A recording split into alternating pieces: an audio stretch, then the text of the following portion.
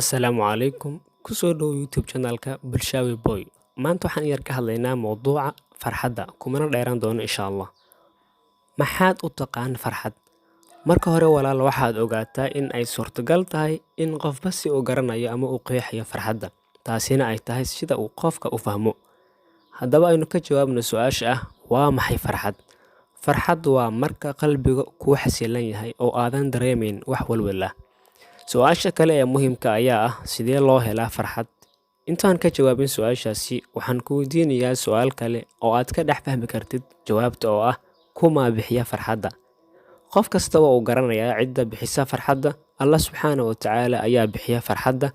Waxaadna farxad ku heli kartaa in aad isaga weydiisato isla markaana samayso wanaagga uu ku amray kana harta xumaanta oo ka reebay.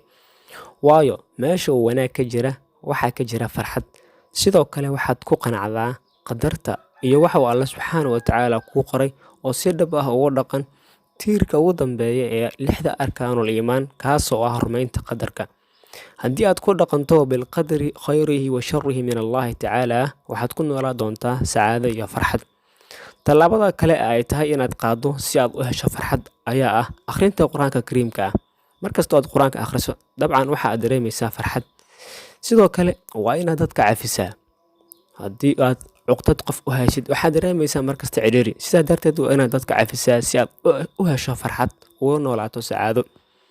Ugu dambeyn, adiga, aniga iyo walaalaha kale dhammaan waxaan isku rajaynaynaa farxad. Waa ku mahadsan tahay dhageysigaaga ama daawashadaada.